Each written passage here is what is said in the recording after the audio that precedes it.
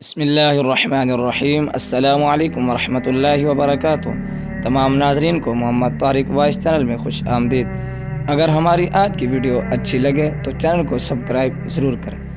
پیارے ناظرین، حضرت امام باقر رضی اللہ عنہ کے بیٹے حضرت امام جعفر صادق رضی اللہ عنہ کے پاس 6 عورتیں آئیں اور آ کر کہنے لگیں کہ اے نواسہ رسول، کیا کوئی ایسا عمل بھی ہے جس کے کرنے سے مرتے وقت روح آسانی سے نکلے، روح نکلتے وقت تکلیف نہ ہو، خاتمہ ایمان پر ہو، مرتے وقت کلمہ نصیب ہو جائے، ہماری اندھیری قبر روشن ہو جائے اور قبر جنت کے باغوں میں سے ایک باغ بن جائے؟ کیا کوئی ایسا عمل بھی ہے؟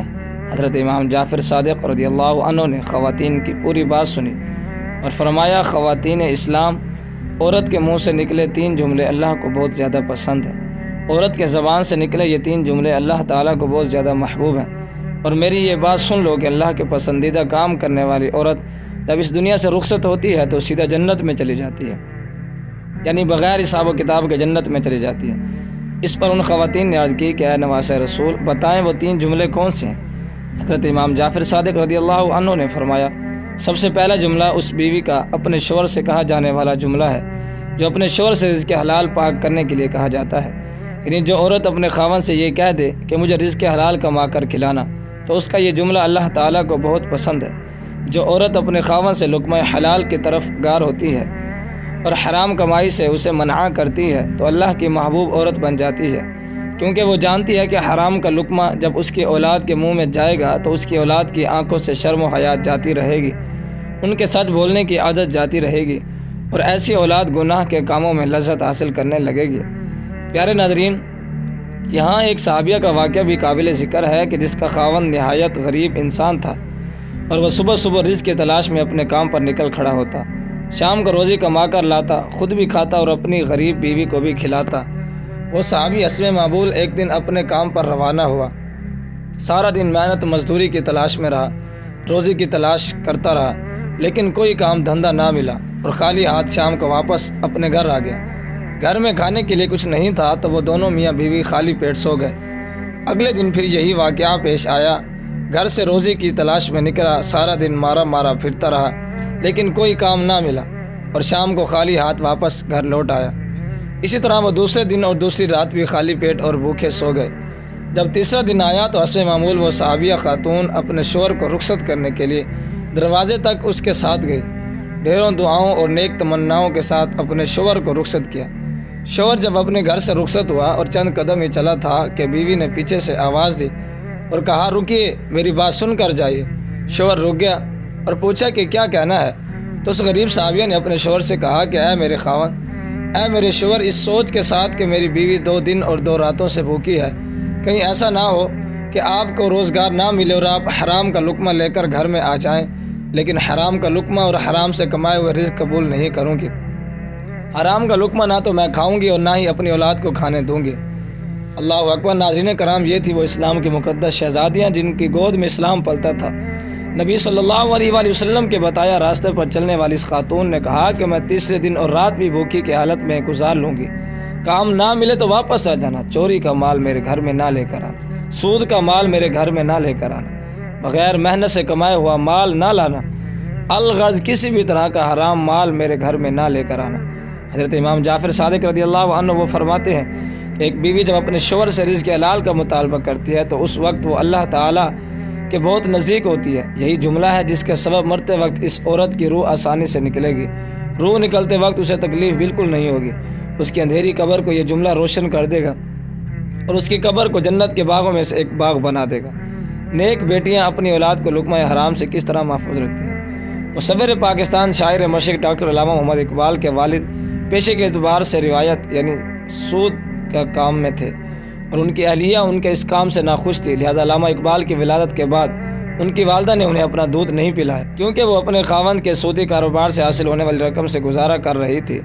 انہوں نے اس موقع پر اپنے والدین کی جانب سے ملنے والے زیور جو انہوں نے سنبھال کر رکھے تھے فروخت کر کے ایک بکری خریدی اور علامہ محمد اقبال کو اس بکری کا دودھ پلایا کرتی تھی، لہٰذا علامہ محمد اقبال کو ملنے والی یہ پہلی روحانی حفاظت تھی جس کا اہتمام ان کی والدہ ماجدہ نے کیا تھا اور انہیں سود سے حاصل ہونے والی خوراک سے دور رکھا۔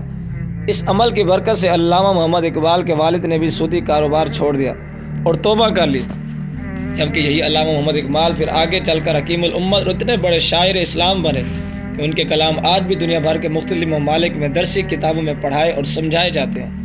علامہ اقبال کی والدہ ماجدہ حرام سے بچنے والی اپنے اس عمل سے نہ صرف اپنے شوہر کو اس کام سے دور کرنے میں کامیاب رہی بلکہ بیٹے کے حلق سے نیچے بھی سود کا نوالا اترنے نہیں دیا۔ حضرت امام جعفر صادق رضی اللہ تعالیٰ عنہ فرماتے ہیں کہ دوسرا جملہ ایسا جملہ ہے کہ بیوی اپنے شوہر کے سامنے کوئی جملہ بول دے تو جملہ شوہر کی پریشانیوں کو خوشیوں میں بدل دے۔ یعنی شوہر پریشان تھا، غم زدہ تھا کہ بیوی نے کہا کہ کوئی ایسا جملہ کہا، کوئی ایسا جملہ بولا کہ اس نے شوہر کی پریشانیوں کو خوشیوں میں بدل دیا، تو ایسا جملہ بھی اللہ تعالیٰ کو بہت پسند ہے۔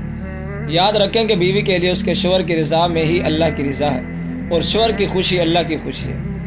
تو اے خواتین اسلام، اگر اللہ تعالیٰ کو خوش رکھنا چاہتی ہو تو اپنے شوہر کو خوش رکھنا۔ ناظرین کرام، پھر حضرت امام جعفر صادق رضی اللہ تعالیٰ عنہ نے فرمایا کہ تیسرا جملہ یہ ہے کہ سبحان ربی الاعلیٰ، سبحان ربی الاعلیٰ، سبحان ربی الاعلیٰ۔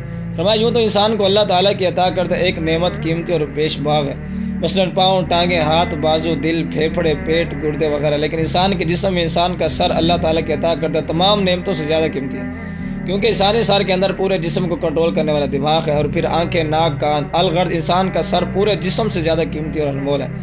لہذا جب ایک عورت اپنے رب کے حضور اپنے جسم کا سب سے بیش قیمتی حصہ یعنی اپنا سر جھکاتی ہے اور سجدے میں اللہ کی حمد و ثنا بیان کرتی ہے تو اس کا ادا کردہ جملہ اللہ کو بہت زیادہ محبوب اور پسند ہے۔ ایک عورت کا ادا کردہ جملہ یعنی سبحان ربی الاعلیٰ مرتے وقت اسے کلمہ طیبہ نصیب کرنے کا باعث ہوگا، اور مرتے وقت اس کا خاتمہ ایمان پر ہوگا، اس کے اندھیری قبر کو روشن کر دے گا اور اس کی قبر کو جنت کے باغوں میں سے ایک باغ فرمائے گا۔ نماز کا دامن مضبوطی سے پکڑے رہنا، نماز کا دامن کبھی نہ چھوڑنا۔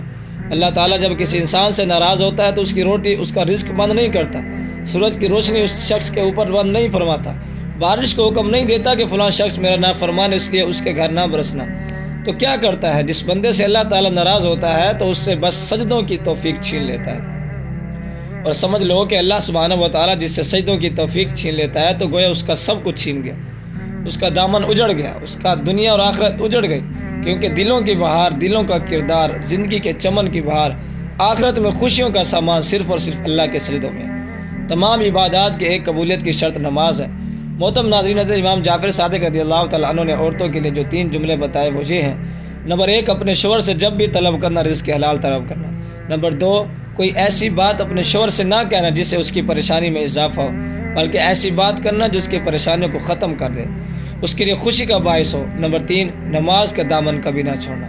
تو ایسی عورت کی موت بھی آسان ہوگی، مرتے وقت کلمہ بھی نصیب ہوگا اور خاتمہ بھی ایمان پر ہوگا، اور جنت میں اس کا داخلہ بھی بغیر کسی حساب و کتاب کے ہوگا۔ تو انشاءاللہ اللہ تبارک و تعالی، محترم اور معظم ناظرین، اللہ سبحانہ و تعالیٰ سے دعا ہے کہ ہم سب مسلمانوں کا خاتمہ ایمان پر فرمائے، اور ہم سے کبھی کوئی ایسا گناہ سرزد نہ ہو جس کے سبب اپنے سجدوں کی توفیق چھین لے۔ آمین یا رب العالمین۔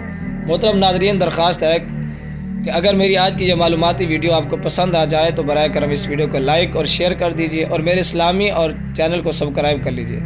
جزاک اللہ۔ اللہ تعالی ہم سب کا حامی و ناصر ہو۔ نیکسٹ ویڈیو میں انشاءاللہ ملاقات ہوگی، تب تک کے لیے اجازت دیجیے۔ اپنا خیال رکھیے گا، اپنے سے زیادہ دوسروں کا خیال رکھیے گا۔ اللہ حافظ۔ السلام علیکم۔